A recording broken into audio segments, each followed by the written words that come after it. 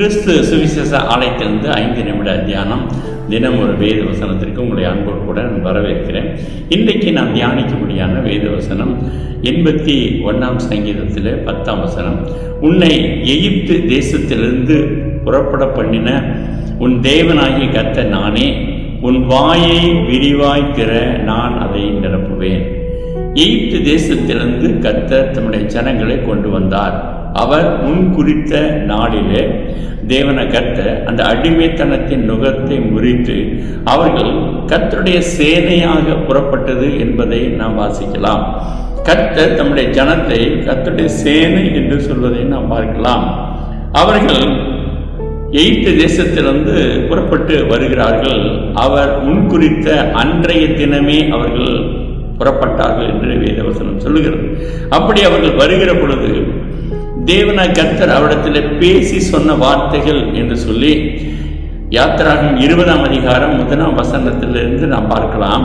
தேவன் பேசி சொல்லிய சகல வார்த்தைகளும் ஆவன. உன்னை அடிமைத்தன வீடாகிய எகிப்து தேசத்திலிருந்து புறப்பட பண்ணின உன் தேவனாகிய கர்த்தர் நானே, என்னை அன்றி உனக்கு வேறே தேவர்கள் உண்டாயிருக்க வேண்டாம். மேலே வானத்திலும் கீழே பூமியிலும் பூமியின் கீழ் தண்ணீரிலும் உண்டாயிருக்கிறவைகளுக்கு ஒப்பான ஒரு சொரூபத்தை ஆகிலும் யாதொரு விக்கிரகத்தை ஆகிலும் நீ உண்டாக்க வேண்டாம்.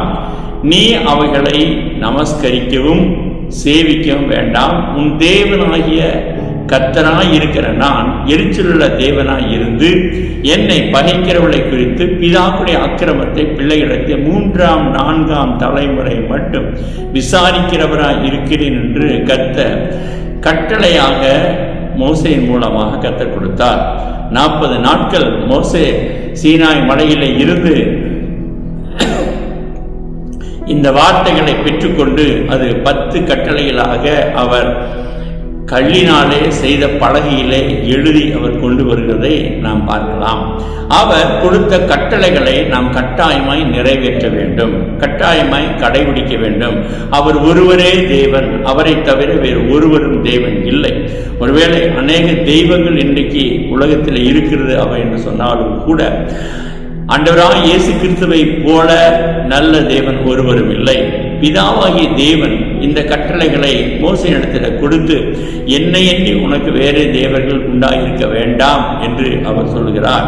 அப்படியானால் தேவனுக்கு இணையான வல்லமையுள்ள தேவன், மகிமை நிறைந்த தேவன் வேறு ஒருவரும் இல்லை என்று சொன்னால் அவர் ஒருவரே நமக்காக ஜீவனை கொடுத்து ரத்தம் சிந்தி நம்மை மீட்டு கொண்ட தேவனாய் இருக்கிறார். எனவே நாம் தேவனை விட்டு நாம் வேறே பக்கம் போகக்கூடாது. கர்த்தர் அவருடைய வல்லமையான பிரசனத்தில் நாம் இருக்கும்படியாக விரும்புகிற தேவனாய் இருக்கிறார். அந்த தேவனை நாம் உயர்த்த வேண்டும், அந்த தேவனை நாம் பாட வேண்டும், அவருடைய அந்த தேவனை நாம் அவரை ஆராதிக்க வேண்டும். எனவேதான் யாத்திராகமம் 4 அதிகாரம் 11 வசனம் சொல்லுகிறது, அப்பொழுது கர்த்தர் அவனை நோக்கி, மனுஷனுக்கு வாயை உண்டாக்கினவர் யார்? ஊமையனையும் செவிடனையும் பார்வை உள்ளவனையும் குருடனையும் உண்டாக்கினவர் யார்? கர்த்தராகிய நான் அல்லவா?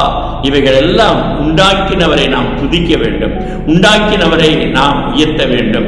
யோசுவா 1 அதிகாரம் 8 வசனத்திலே கர்த்தர் இப்படியாய் சொல்லுகிறார், இந்த நியாயப்பிரமாண புஸ்தகம் உன் வாயை விட்டு பிரியாதிருப்பதாக, இதில் எழுதியிருக்கிறவைகளின்படி எல்லாம் நீ செய்ய கவனமாய் இருக்கும்படி இரவும் பகலும் அதை தியானித்துக் கொண்டிருப்பாயாக.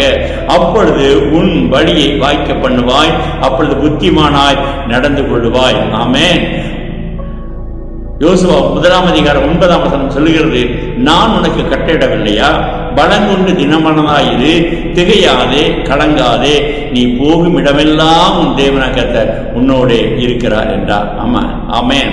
அவரை துதிக்க துதிக்க, அவரை உயர்த்த உயர்த்த, நம்முடைய வாயினாலே அவரை உயர்த்த உயர்த்த நம்முடைய நாட்கள் கூடிக்கொண்டே இருக்கும். அதனாலதான் சங்கீதம் 103 சங்கீதத்தில் 5 வசனம் சொல்லுகிறது, நன்மையினால் உன் வாயை திருப்தி ஆக்கிறார், கழுகுக்கு சமானமாய் உன் வயது திரும்ப வாழ வயது போலாகிறது. நம்முடைய காலங்கள் அவருடைய கரத்தில் இருக்கிறது. பிரியமானவர்களே, நமக்கு வாயை கொடுத்திருக்கிறார். நாம் அவரை துதிக்க வேண்டும், அவரை உயர்த்த வேண்டும், அவருடைய வார்த்தைகளை சொல்ல வேண்டும். ஆண்டவராய் இயேசு கிறிஸ்துவினுடைய சுவிசேஷத்தை நாம் சொல்லும்படியாக நம்மை பூமியில தேவன் கர்த்தர் வைத்திருக்கிறார். ஜெபிக்கலாமா? மகா இரக்கம் கிருபை நிறைந்த எங்கள் ஜீவனுள்ள நல்ல பிதாவே, ஆண்டவரே, நீர் ஒருவரே தேவன் என்பதை நாங்கள் அறிந்திருக்கிறோம். உண்மை நாங்கள் பாட, துதிக்க, நாமத்தை மையப்படுத்த கர்த்தனை கொடுத்த அந்த தருணத்திற்காக நன்றி சொல்லும் நாமத்தை மையப்படுத்துகிறோம். உண்மை பற்றி சொல்லவும், உண்மை துதிக்கவும், உண்மை ஆராதிக்கவும், நாமத்தை மையப்படுத்தவும் கர்த்தர் தாமே இந்த நாளிலே கிருபை செய்தபடி நன்றி சொல்லும் நாமத்தை மையப்படுத்துகிறோம். கேட்கிற ஒவ்வொருவரும் உண்மை துதிக்கலாக கர்த்தனை மாற்றுவீராக. இயேசுவின் நாமத்தில் ஜெபிக்கிறாங்க ஜீவனுள்ள நல்ல பிதாவே. ஆமென். God bless you. கர்த்தர் உங்களை ஆசீர்வதிப்பாராக. ஆமென்.